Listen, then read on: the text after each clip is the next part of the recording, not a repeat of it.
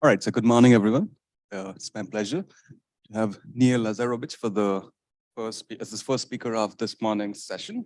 We'll talk about finite index rigidity. Okay, thanks. So thanks for the invitation to speak at the beer capital of India, Bangalore. Speaking of beer, if you want beer, contact Sabia. Okay. Good. So, I mean, I must confess that my talk has nothing to do with probability. So, sorry. But the rest of the title of the workshop, which is methods in negative curvature, this will have. So let's see. I mean, so the topic is finite index rigidity, or maybe that's the selling point of what we'll do next. And this is not a term I expect you to know because it's just a made-up term. And this is what it says, though. So it's a property of groups. So a group G is finite index rigid if whenever you have two isomorphic subgroups of finite index, so A and B are finite index, and they're isomorphic, then this implies they have the same index.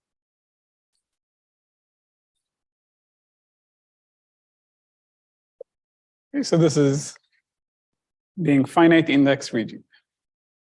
Maybe I should say it's finite index rigid. That's the hyphen is the index is rigid. Okay, so questions so far. Let's see some examples, and let's maybe start with the. Yeah, sorry. So A cannot be infinite. Yeah, finite index. Should I put it here? Both are finite index. Yes, that's true and very, very important, as we'll see. Okay, so let me give you some examples, and let's start with the non-example because it's easier. So the non-example is the infinite cyclic, right? In this group, we can have, say, those two subgroups, right, are finite index, they're isomorphic, they're both abstractly isomorphic, right? They're both infinite cyclic, but they have different indices. So isomorphic, but have different indices.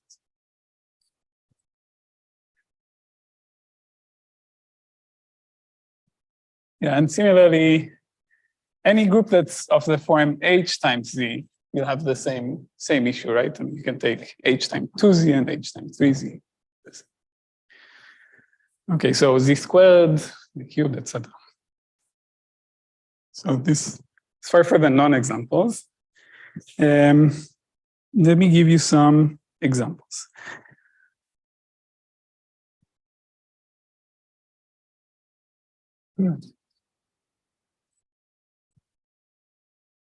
Yeah, so maybe the first example that I want to give is the free group. So a non-abelian free group. Finite rank. So yes.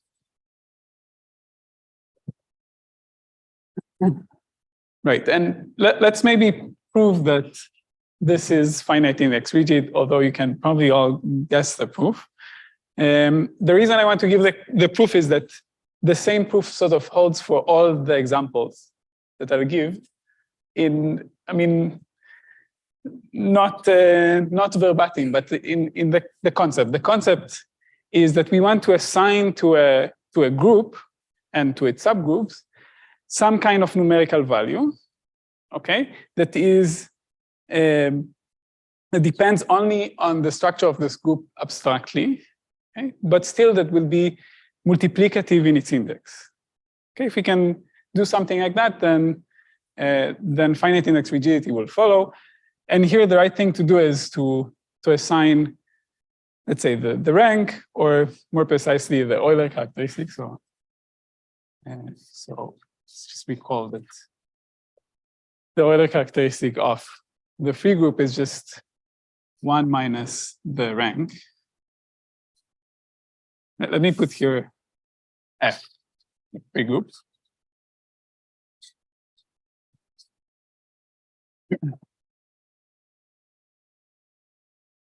Okay. This on the one hand. On the other hand, if A is some finite index subgroup of F, K, then the Euler characteristic of A is that of F times the index.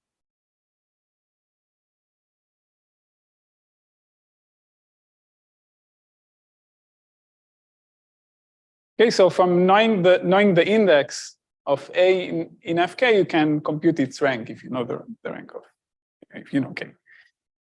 Okay, so now obviously what we have now is that if A and B are two finite index, I should have said finite index. Yeah, that's important. Otherwise, this formula is definitely not true. Okay, so if I have two isomorphic finite index subgroups, then what do we get? We get that this numerical value, the Euler characteristic, must be the same because it depends only on those groups abstractly on the one hand, and on the other hand, it's just a multiple of the index. Oops, should be this guy.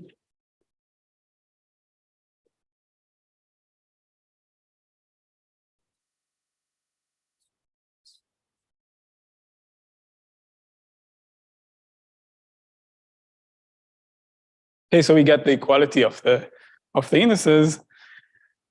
And now you might wonder what goes wrong when, I mean, the free group is cyclic, is a median. So what goes wrong?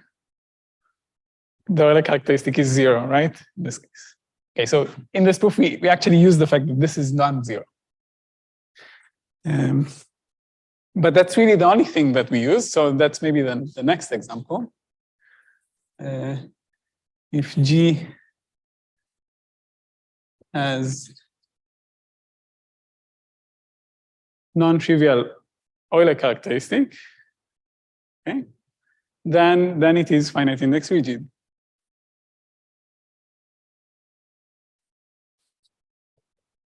Right, so the Euler characteristic is multiplicative in the index, and the same proof holds. Yeah, maybe I should have done the last step here. This is not 0, and those indices are the same.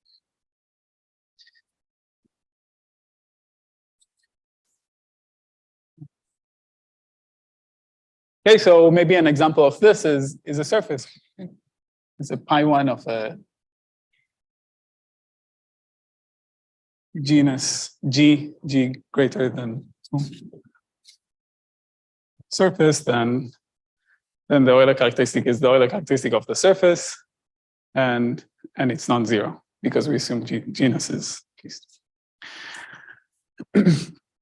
questions so far? Yes. How do you define the Euler characteristic?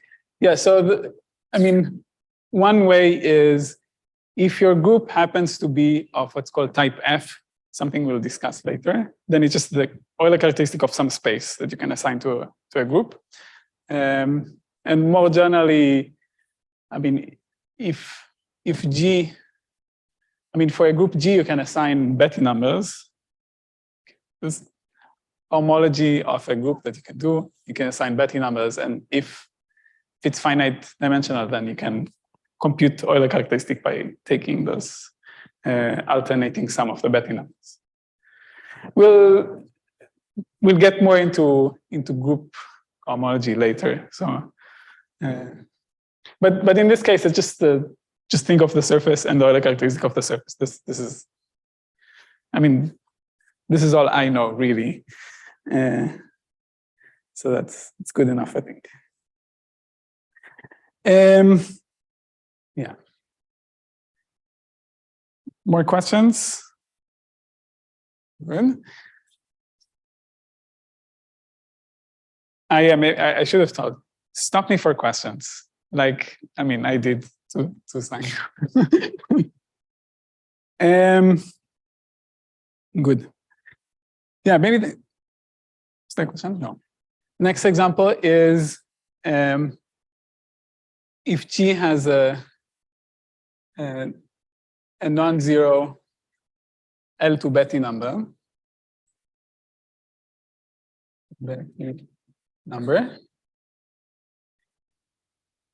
Okay, so this is this is even more complicated than assigning Euler characteristic, but those L2 Betty numbers are multiplicative in the index, so you can play the same game like Euler characteristic.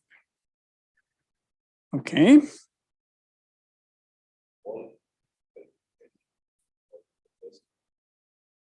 What? Sorry. Then yeah, these are all examples of finite index. Rigid. One non-zero L2 Betty. Was that the question? Yeah. Articles in English. You know, some of them don't exist in other languages. So, yeah.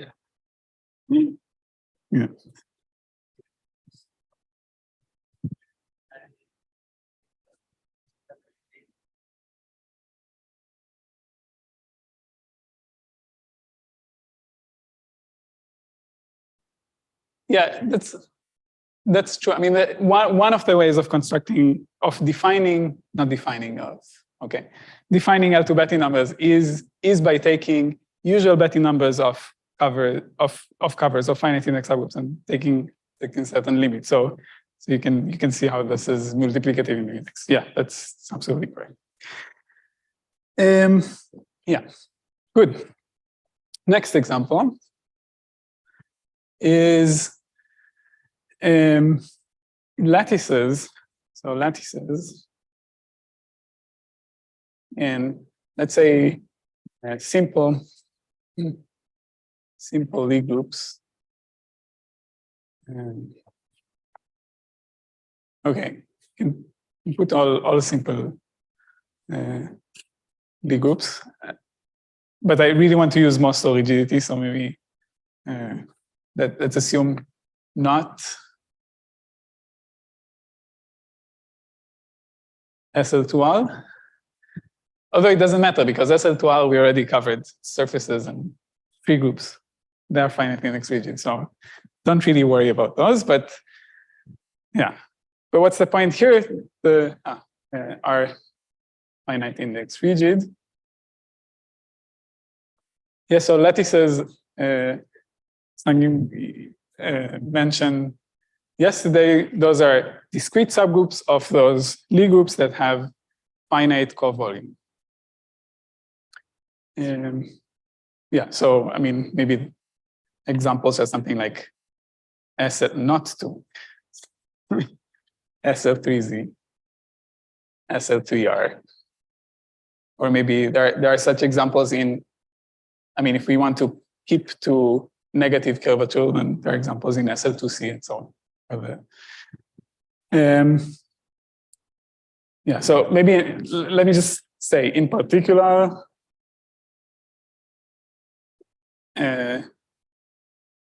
it's a closed hyperbolic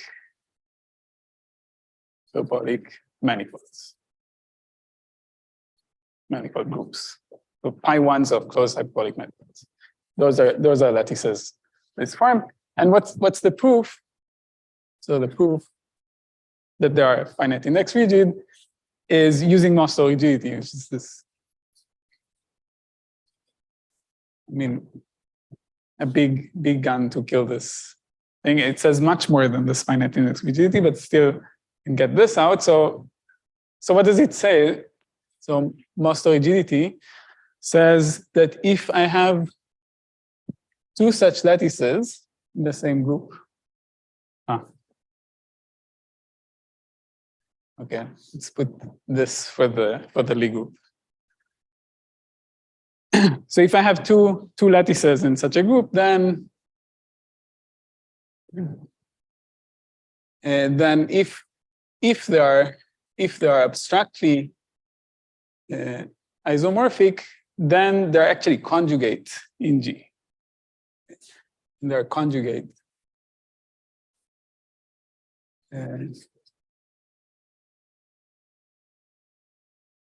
Okay, and in particular, we can again assign some numerical value to them. And in this case, the numerical value would be their volume.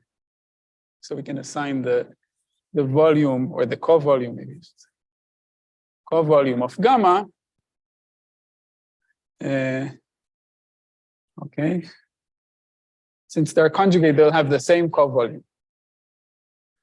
Okay, so again, I mean, the point here is that from an abstract isomorphism, we got some kind of equality of a numerical value, and this numerical value behaves nicely with the index.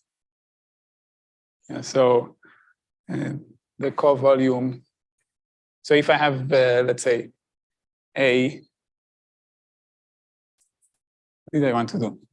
I want both of those things to be lattices in a lattice, subgroups of finite index in a lattice. Those are lattices. So if, let's say, A and B are in gamma, finite index, then, and they're isomorphic,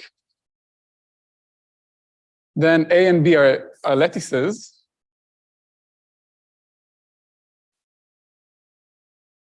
In this G.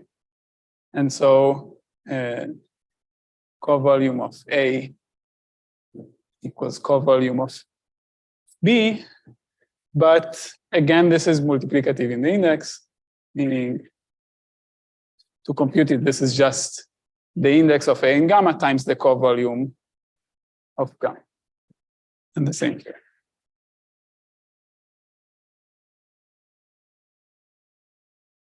And obviously, the co-volume of gamma is non-zero, and you can divide and get.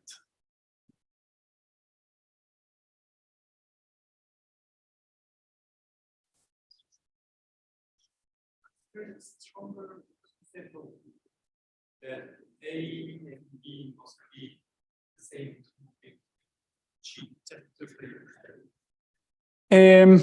So you can consider this more general. That's true. You can consider this, but note that this is not what happens there. So I mean, maybe it's confusing because I used the letter G for different things. Maybe I should have used gamma in the definition, but imagine I did. Okay, so instead of G, you have gamma. Gamma is my group that I think of, and most rigidity gives me that they are conjugate in the bigger Lie group G, and not in gamma. Not necessarily in gamma, at least. And this actually happens, so it's not. Yeah. So yeah, so in general, what you can get from from most rigidity is this idea that the abstract commensurator actually lives inside the Lie group, but it doesn't have to live inside the lattice. Actually, it happens if and only, well, if and only if, but almost if and only if the lattices are non-arithmetic or arithmetic.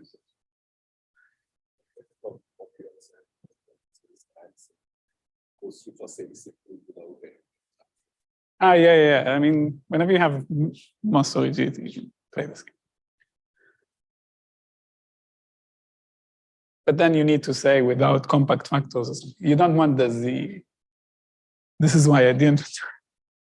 I always feel unsafe forgetting some stuff. But okay, without compact factors. This is probably semi-correct, at least.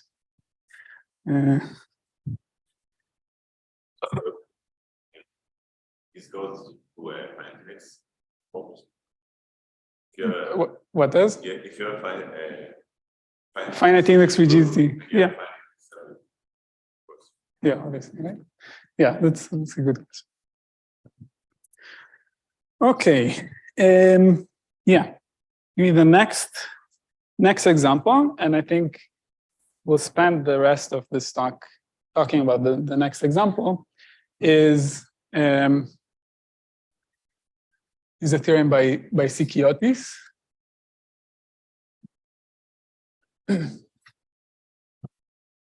That says that if G is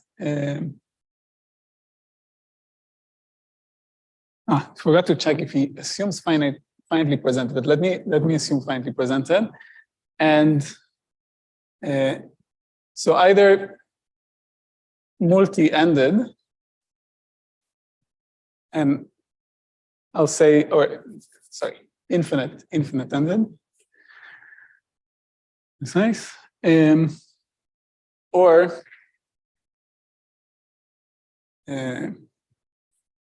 so it could be one-ended, but have in its JSJ some surface pieces. Okay. Or one-ended plus surface pieces in its JSJ decomposition. Okay.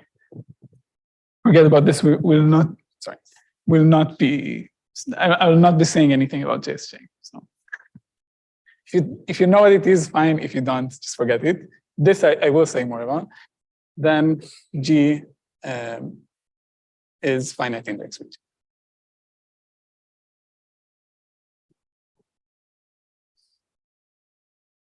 Okay. Sorry. This finitely presented. Yeah, thanks. I use a lot of abbreviations because I'm lazy. So do stop and ask me. So far, I finitely presented finite index. Did I use more? Groups, GP. Without. Okay. So I will say more about what is infinitely ended, and actually, I mean, the rest of this talk is just giving the proof of this. This fact. But let me mention the last example. So the last example is actually what the mini course is about, which is hyperbolic groups. So G is non-elementary hyperbolic,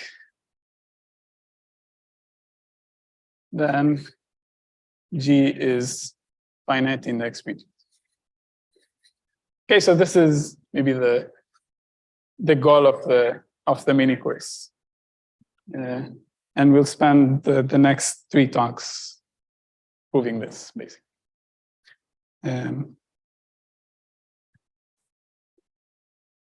And I also define what it means to be hyperbolic. Non-elementary just for us means it's not virtually Z. So the one example that we are not allowed to have, Z is hyperbolic.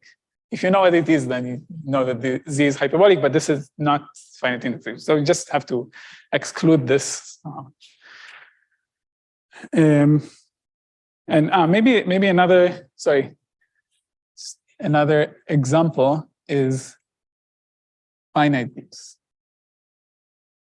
These I hardly consider to be groups, so this is why I didn't mention them. But it should be clear to everyone that those are finite index rigid. But because if A and B are isomorphic, then they have the same order and so on. Okay. Yeah.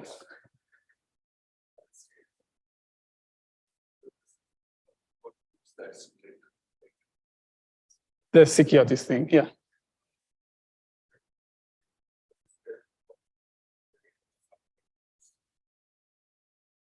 So we'll see. I mean, what's important is how canonical those splittings are. So Yeah. just throw some word. Yeah. if the splittings are equivalent, some keys preserve the groups that you split along.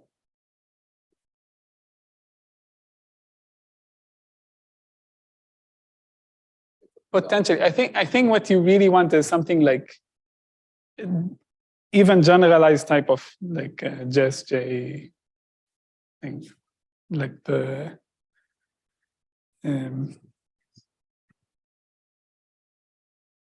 sorry, yes.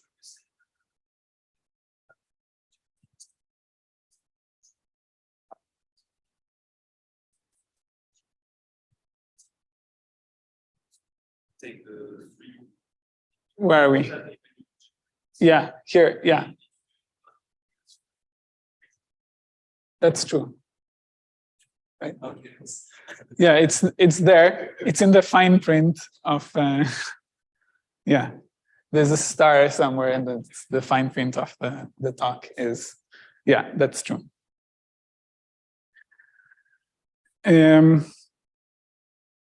Yeah, I somehow have the sense that this whole finite index rigidity thing, maybe you expect the groups to be finitely generated, but okay, they don't have to be, but kind of okay, maybe it's my bias. Okay, good. So yeah, so now let's talk about this an eraser. About ends of groups and the proof of. And so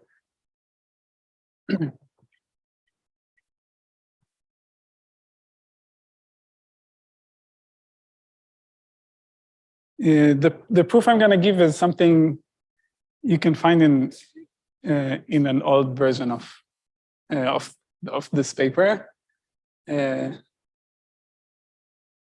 It's, I'm guessing, very similar to what CURVATURE does. I don't exactly know the details of everything it does. So, but it's in spirit, it's the same, and it's the same as everything else. So what's the everything else is you assign some numerical value or the characteristic of volume, something like that you can assign to a group, and that's the important part, right? It's something that depends only on the group abstractly, the isomorphism class of this group, and behaves nicely with index, okay, multiplicative with index. Okay, so that's the strategy, but maybe I should start by defining what are ends of groups.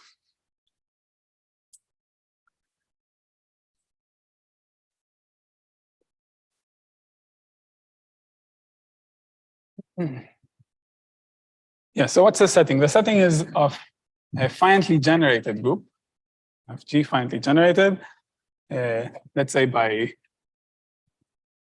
some set S, right? And then we can form the Cayley graph. Okay. We all know what the Cayley graph is. Do tell me if I'm okay. Great. And now we can ask if this space has ends and how many ends it has. So what's the definition of that? So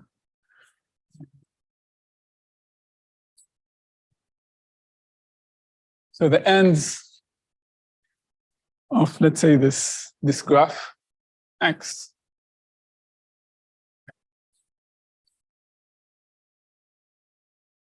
is the right supremum. Supremum is just to include infinity, the definition, but you should be thinking of maxims. Of the number, so number of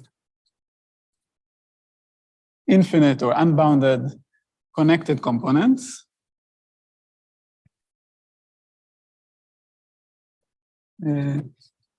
of X minus some finite set K.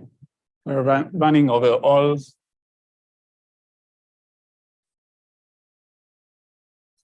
finite subsets of X. Okay, so maybe if you never saw this, then let's start with an example. So maybe the question is, what does this mean?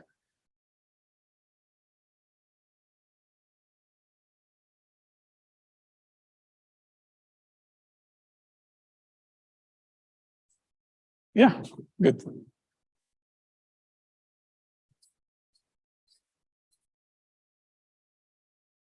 I mean, okay, I'm bit lying here. Yeah.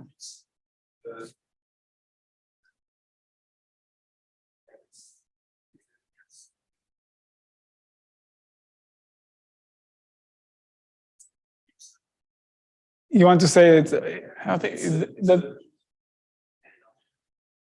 it doesn't really matter, right? Because any, I mean, it's an ascending thing, right? As you take bigger Ks, every infinite component that you had survives or maybe splits into more. So.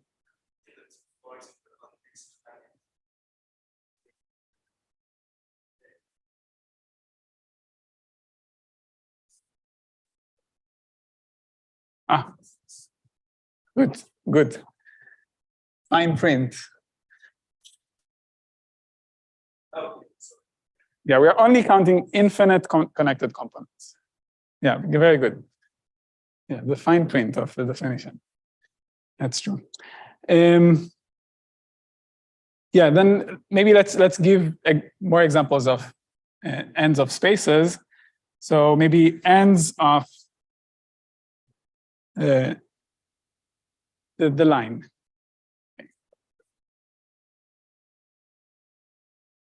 The line as a graph, say. Also known as the Cayley graph of Z with this generator. Yeah, so how many ends does this have?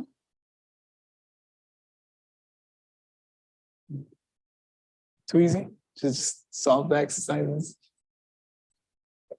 Okay, so this has two ends, right? If I remove, I mean, first of all, if I don't remove anything, I see one infinite connected component, but once I start removing something, I'll see two connected components, and this will not grow, right? I will not be able to increase the number of connected components of beyond two. Good.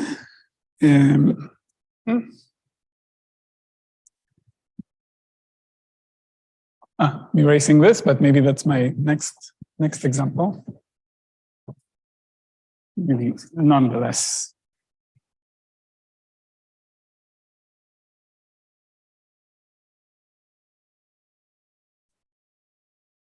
Ends of an infinite tree of valency something greater than 2.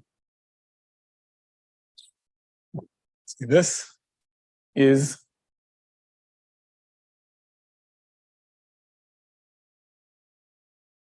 I mean, I don't know the audience, so if you're silent, it means you're following and you're just waiting me for it to do the thing, or infinite, yeah, good. And so here, when I remove something finite, I'll see several infinite connected components, and as the thing grows, the number of components will grow. Eventually, I'll see infinitely many ends. Maybe one last example is the plane, or some graph that looks like the plane, something like this. This has one end, yeah. Doesn't matter what you'll remove, any finite set you remove, you'll still be left with one infinite, with only one infinite component. Great. Great, and actually what we listed here is all the possible ends of groups. And so maybe I should have defined the ends of G is just the ends of some Cayley graph of G. It doesn't depend on the Cayley graph because ends is a quasi-isometry invariant. Okay, and here's maybe the theorem.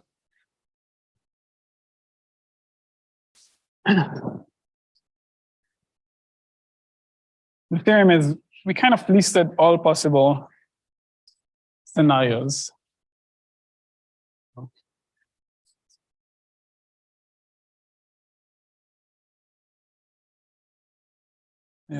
So we'll say more than just this, but if G is finely generated, then ends of G is either 0, 1, 2, or infinity. And these are all of the options. And moreover, we said already, ends of G is 0 if and only if G is finite. Finite. Ends of G is 2. So that there gets more interesting. So ends of G is 2 if it's basically cyclic. So the right thing to put here is virtually cyclic. G is virtually cyclic. Virtually means has finite index subgroup that is, so has a finite index infinite cyclic subgroup. Okay, and maybe the last case I want to mention is the ends of G is, let's put it as at least 2. Okay, so 2 or infinity, if and only if G splits over a finite subgroup.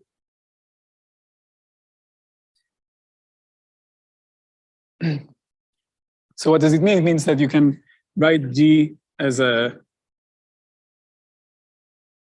free product with amalgamation over a finite subgroup, or as an H and N over a finite subgroup. And this is sort of the case of, say, something that looks like a free group, but it could be more complicated. It could be I don't know, Z2 star Z2. That's an example of something like that. And what's missing in this is what are one-ended groups, because this is where most groups lie. Okay, so most groups are one-ended. So we cannot possibly ask for a theorem that tells us everything about all groups, right? That's too much to ask. Okay. Great.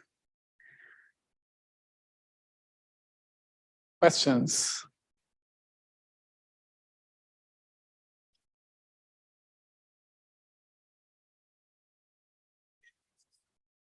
Sorry?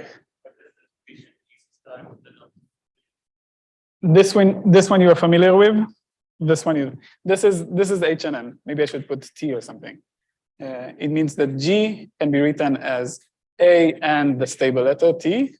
And what you're doing is, okay, this is, it's missing something. This is maybe why it's so confusing. But T conjugates one copy of C to another copy of C.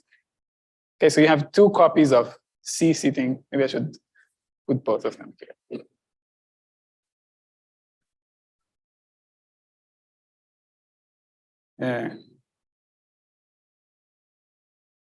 Okay, so the group is A and another letter, and this letter conjugates one copy of C in A to another copy of C.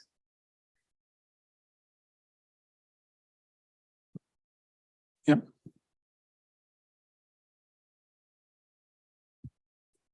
More questions?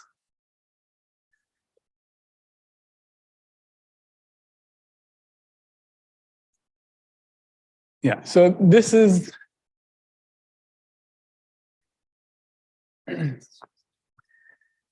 the same as saying, let's rephrase this.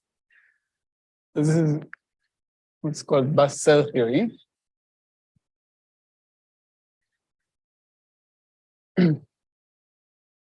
Splitting over a finite subgroup is the same as saying G acts on a tree with So the condition of this being finite tells me that the edge stabilizers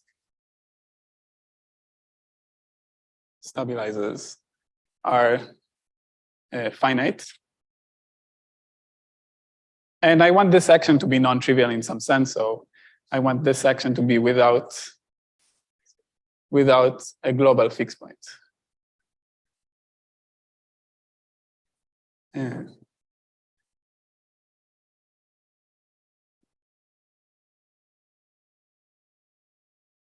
I really have to give all the fine print.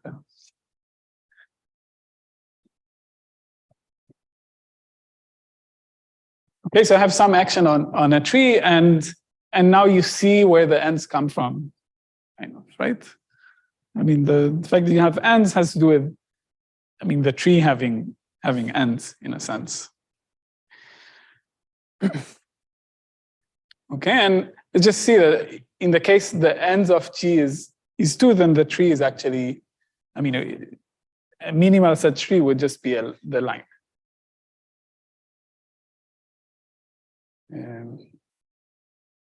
But yeah, okay.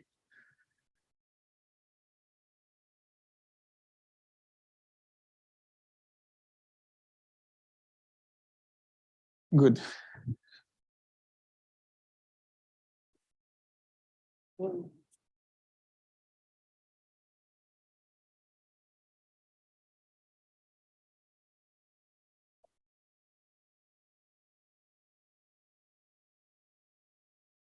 Is this vaguely familiar to people, or is maybe not? I do need some feedback.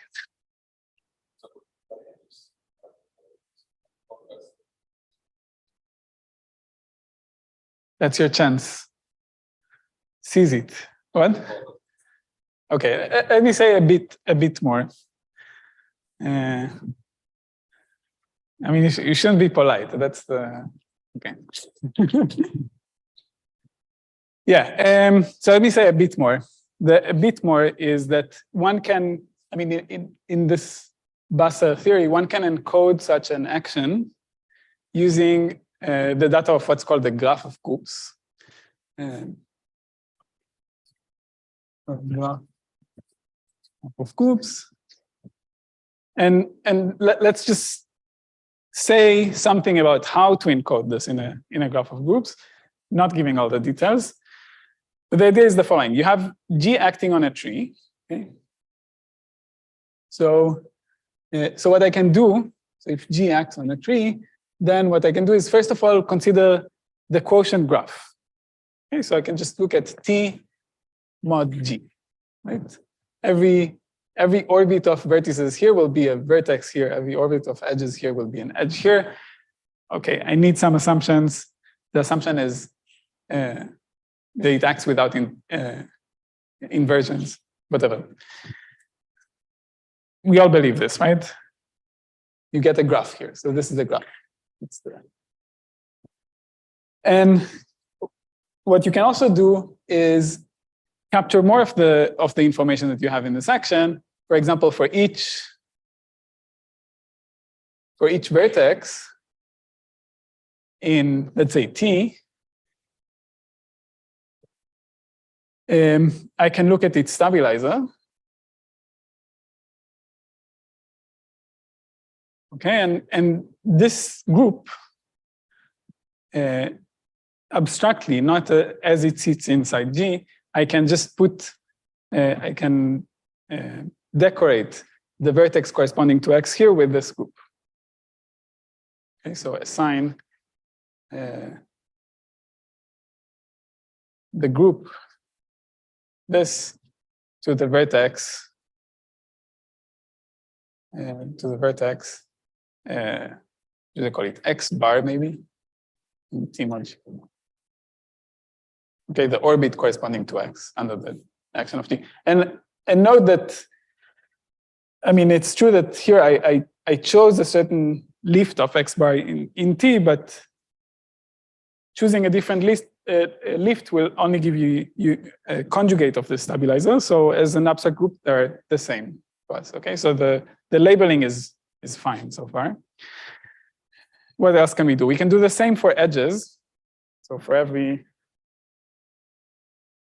edge, the edges of T.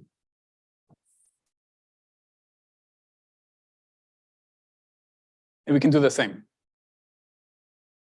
Okay, so look at the stabilizer in G and assign it to the edge in the quotient.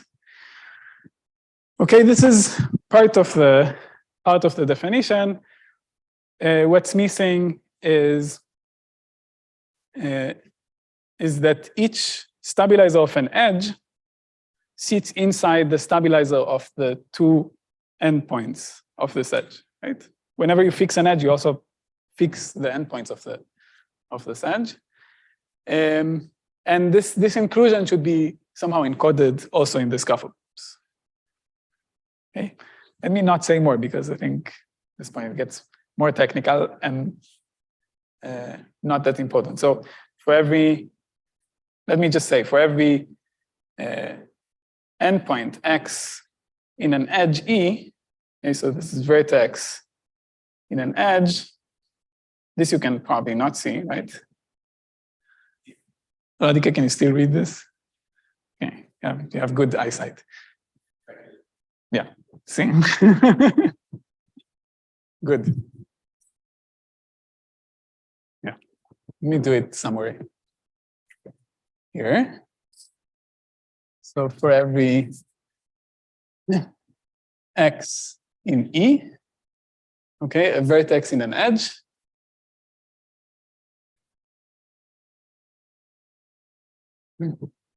there'll be an inclusion of the group I assigned. Maybe I should have given this a name. So I'll call it G of X bar. And here I'll call it G of E bar. So for every such inclusion, I'll have an inclusion of the edge group into the vertex I of this. Okay, some inclusion. Okay, so this is the data we collect from an action on a tree, and what Bass-Serre theory tells us is this actually determines the entire action on a tree up to the obvious morphisms in this category. Okay. So this is called a graph of groups or a GOG graph of groups, and it turns out from the graph of groups you can get the group G and the action and NT and the action. It really captures all of the information. Not only the action, just G and the tree and the action. Okay. Until when do I have? Yeah. Okay. Good. So yeah, this was a crash course on Bass-Serre theory, which we'll need next. So what's the point? We have Stalling's theorem. Stallings tells us if you have more than two ends, or at least two ends, then you split.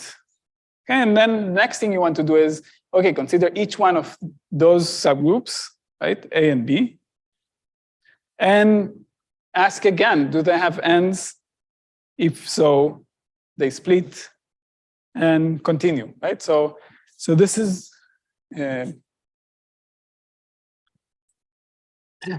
theorem of Dunwoody.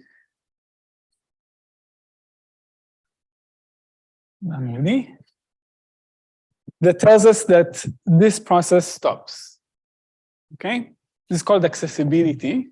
You can access the small pieces, the smallest possible pieces, and what it says is the following. So every finitely presented group G has a graph of groups decomposition.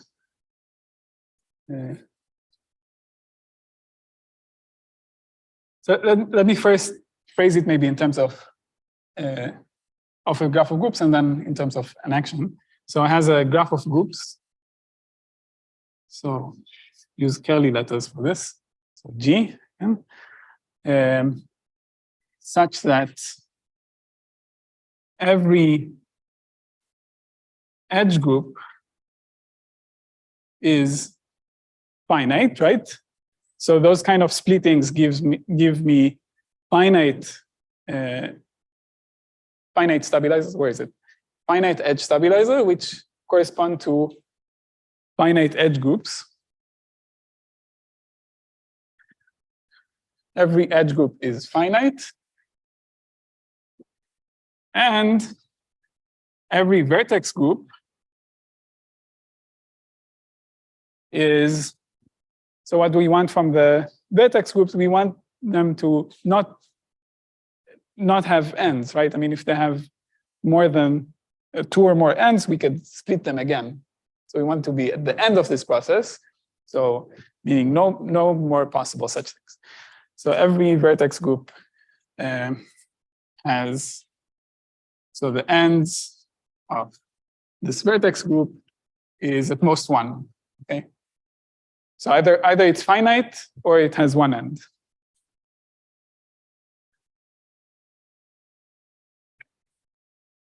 So this is equivalent to saying G acts on a tree with those conditions on the edge stabilizers and vertex stabilizers.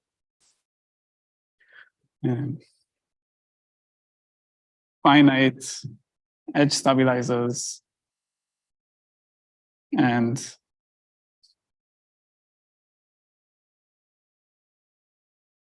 vertex stabilizers have at most 1.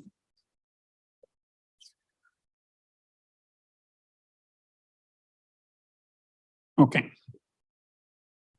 So yeah, so this is some kind of a, I would like to say it's sort of a canonical way of decomposing groups if they have at least 2 ends. But the fact is that it's not really canonical, but it's somehow canonical enough for us to be able to prove that such groups have are finite index rigid. So yeah, now maybe, first of all, now we understand what it means for an infinite-ended group to be finite index. Maybe I should have said it before. Infinite-ended groups are finite index rigid. This was ICTS' theorem, and yeah, and to prove it, we'll use this canonical, semi-canonical decomposition.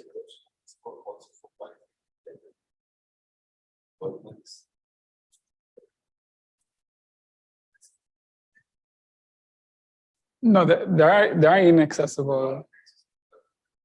There is. Are you speaking about almost finitely present? This kind of this is like.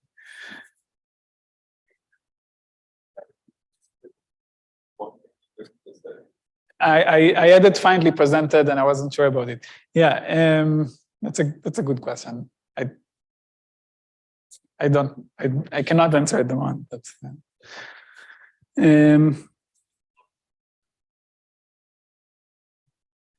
No, this is not, I mean, yeah. Okay. Yeah, so here's the idea. The idea is we'll define something like Euler characteristic. And maybe let me give you the following lemma as an exercise. So exercise. If we have time, we'll solve it at the end of this talk. It says the following. It's really general. We're leaving trees for a second and groups. Well, not groups. We need groups. So if G acts on a set X, it's some set. Let's say with what do I want to say? With finitely many orbits.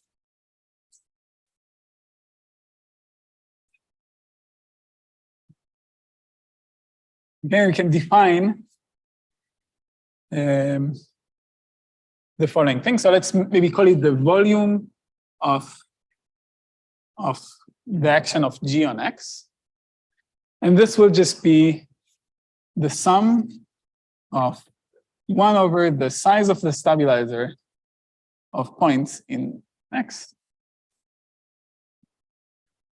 Where I run over the finitely many, or representatives of finitely many orbits. Can I do this? Does this compile in your compiler? Okay. And let me just say that if this is infinite, I just mean sum 0, right? If the stabilizer is infinite, just put 0 there. 1 over infinity is 0.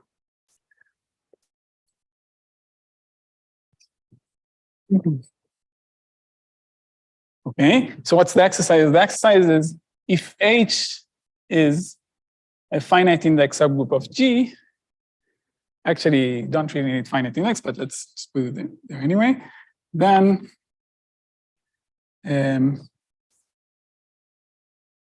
the volume of H, or the co-volume of H, would be its index times the volume.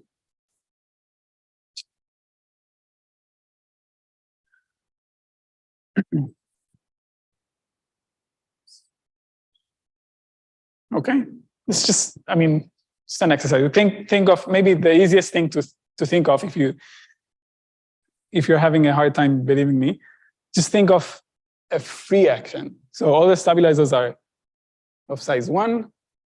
Okay, then it should be kind of clear, and maybe think of a transitive action, only 1 orbit. So the volume of G in X is just 1, and the volume of H would just be its index, because you can just identify X with G in this case, right? If it's a transitive, simply transitive action.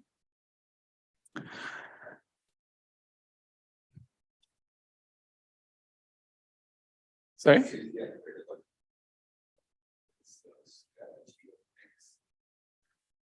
Yeah, okay, it did not compile in your compiler, I see. You just take representatives of orbits, and yeah. Should I do this? Good.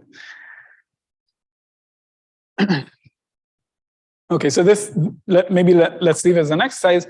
And now you might say, okay, we're done, right? We found this quantity that is multiplicative in the index, and we're done, right? But actually, we're not done. Why are we not done? Sorry? That's a good point. Yeah, this might be 0. Okay, that's one thing, one reason why we're not done. What's the other reason we're not done?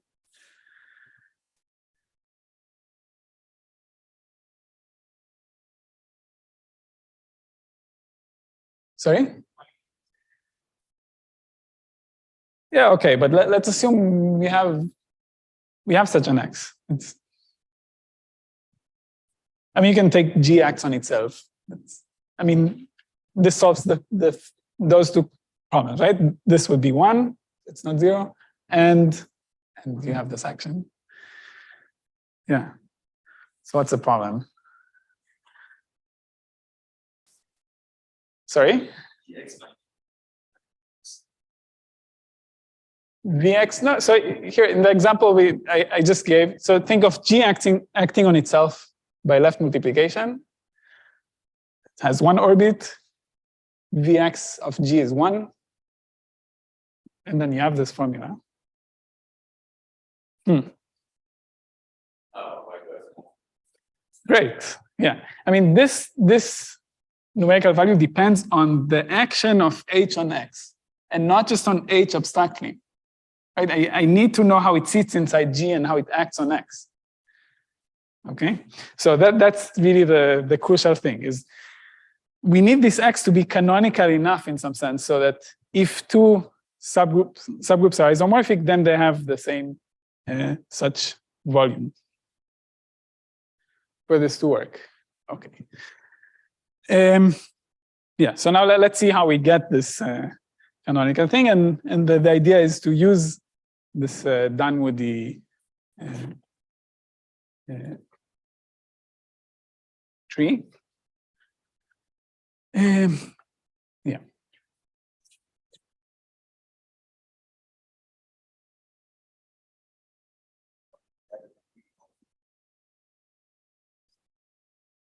Something of the action of H on X. I mean, this is, we'll see. This is not, we're not done. Okay. So what we'll do is the following.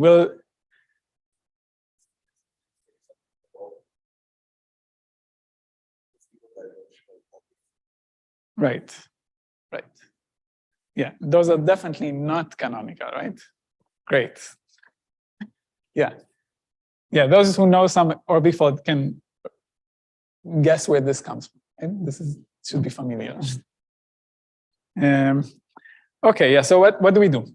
So given now a graph of groups, so this is maybe a graph of groups, we can define its sort of Euler characteristic. So the Euler characteristic of this graph of groups.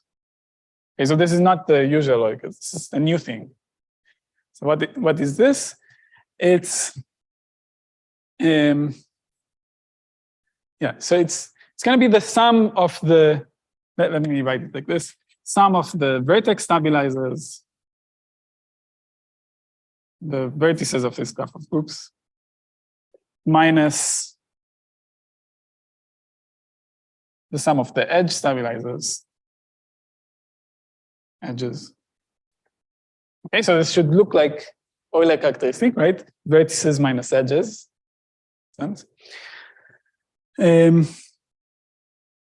Okay, and now let's just observe that from this exercise, if H is a subgroup of G of, let's say, finite index, and I chose some graph of groups for G, and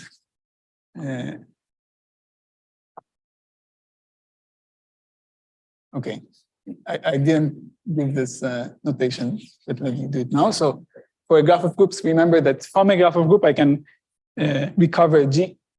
Okay, the functor that does it is, the pi1. So pi1 of the graph of groups is the group. Okay, then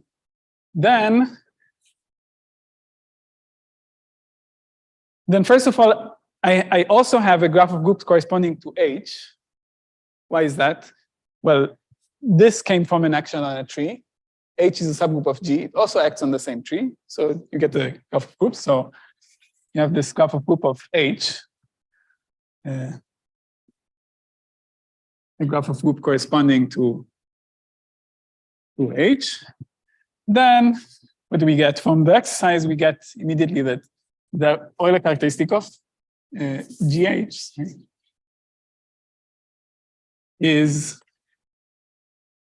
index times the Euler characteristic of okay,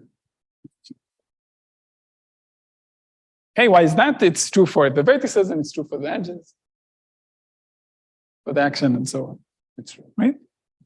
You see it? Let me ask it differently. What's X? If I want to apply the exercise to get this, what's X that I have to look at? What X says I have to look at?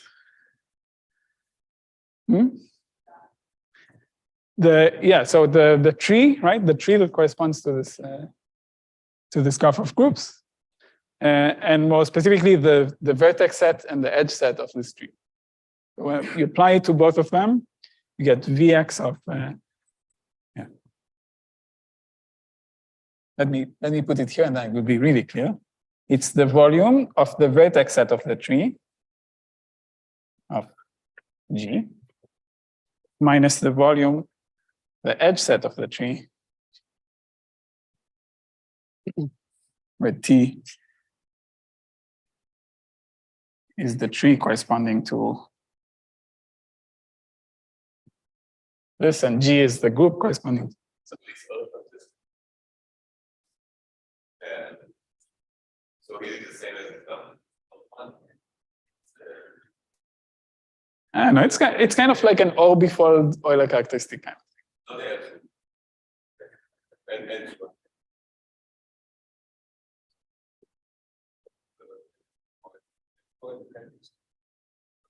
Yeah.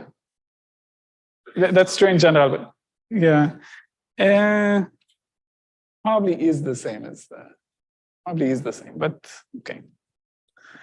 so now just L2 territory is like not for me. No, but yeah, for us, just take this as a definition. It doesn't mean. But yeah, it's true that there is some kind of L2 hiding in here, but it's the L2 of the graph of group still. It's not of the group G, and that's we still didn't solve the problem. The problem was that it depends on an action. And yeah, so how do we solve the problem? So the point is to choose the graph of group correctly. And the way to choose it correctly is to use this Dunwoody graph of group. So for G, say finely presented, let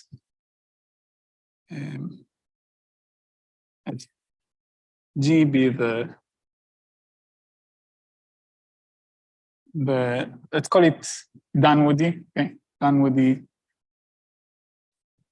the Dunwoody graph of groups, this guy. And here's the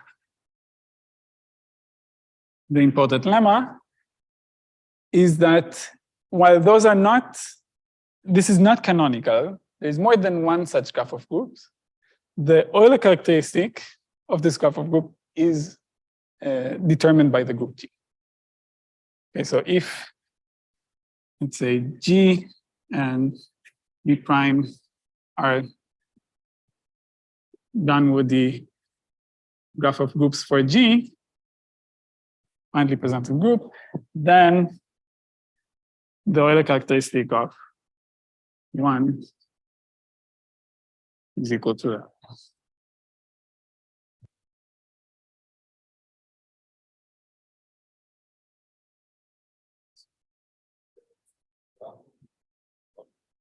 It's not the same. Yeah. so here's the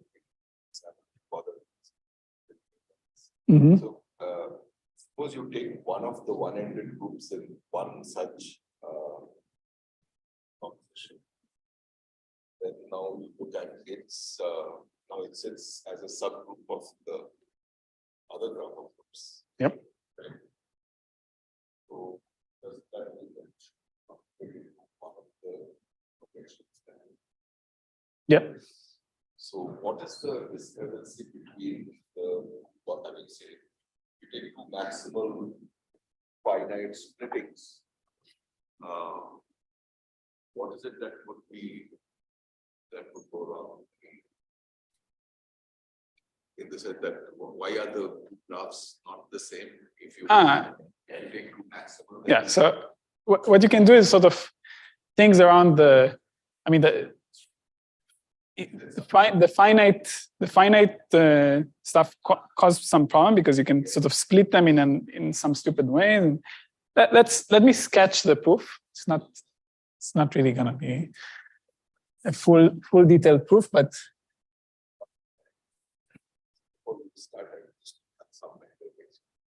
something like, say, the free group is yeah, I mean that's already something, right? There you can have different graphs. So F2 is the pi1 of let's say this graph or this graph.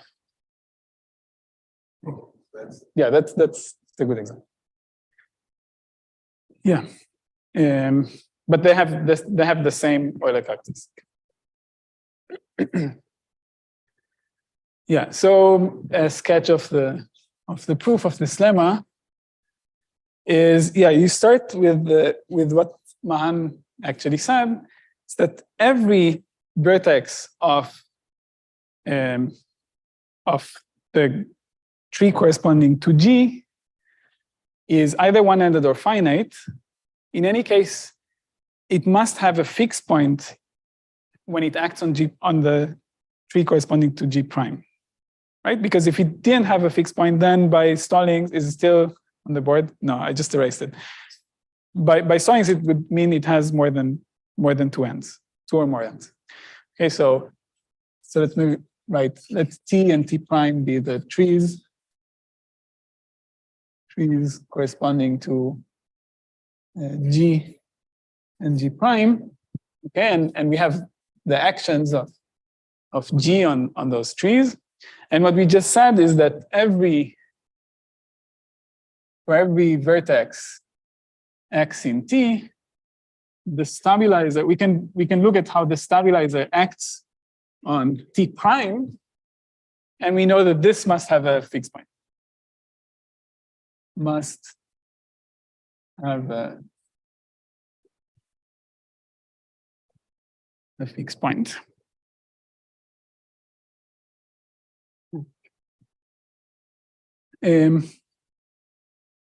Okay, and now what we can do is we can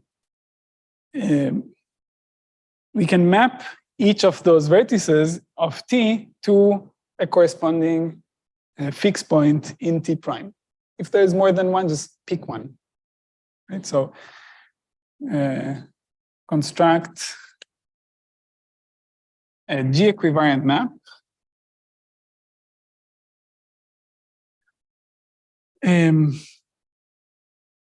from T to T prime. Okay, so how do you do that? You just map a vertex X to a point, let's call it phi. So phi of X would just be in the fixed set of X.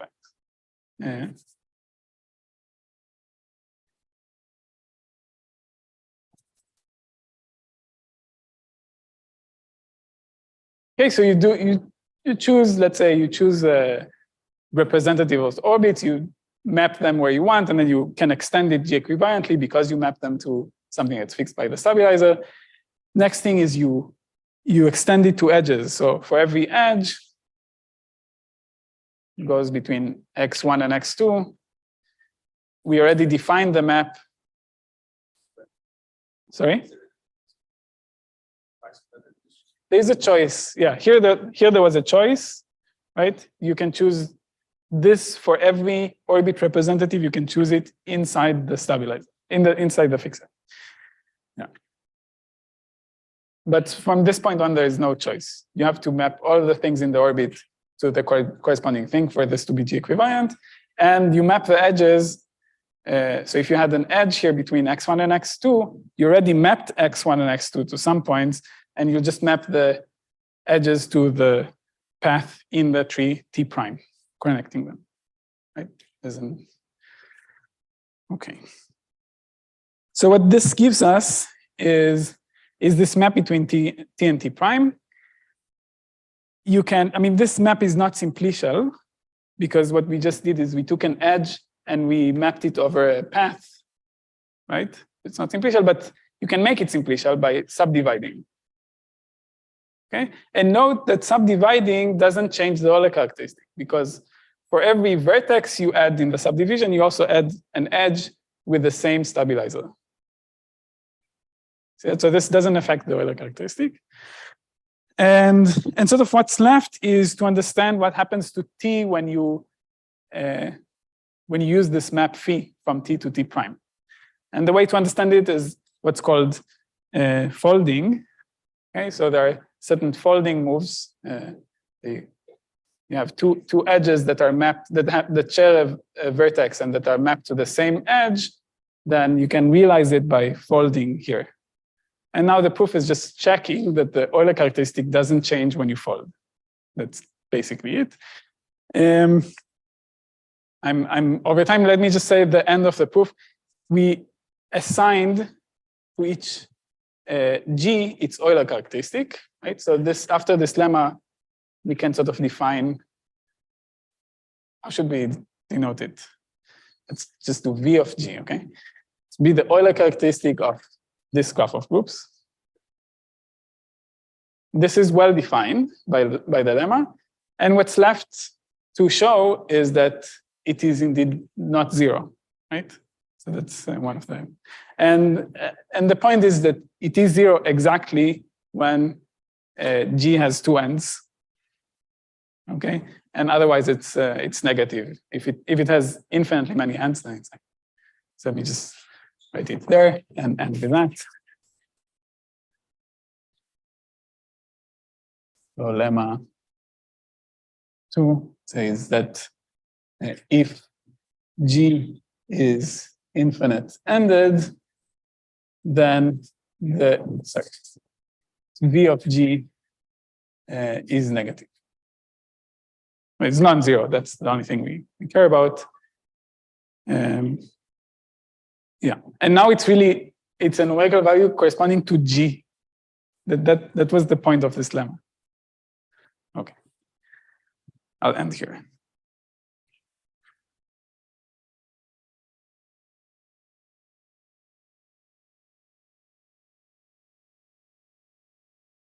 Any more questions? Let me just say something. If you did not follow this, that's fine. We're gonna leave. I mean, we're not gonna care about graph of groups for the rest of this mini course. And starting tomorrow, we'll just focus on hyperbolic groups. So it'll be a new thing and start over, even if you didn't follow.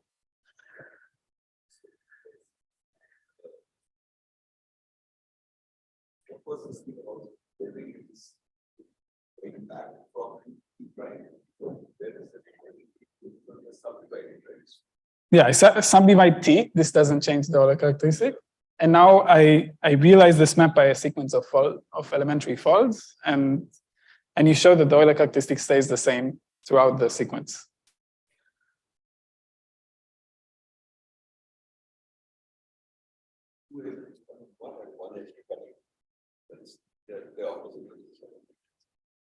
The subdivision and this, yeah. I didn't know that the neighboring verse not go to the same vertex.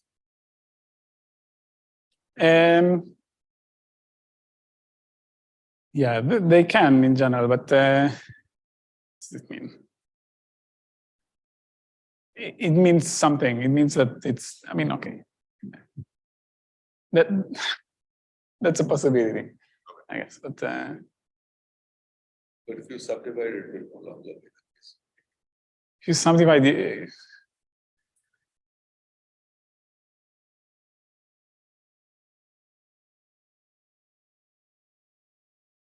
what do you mean it will?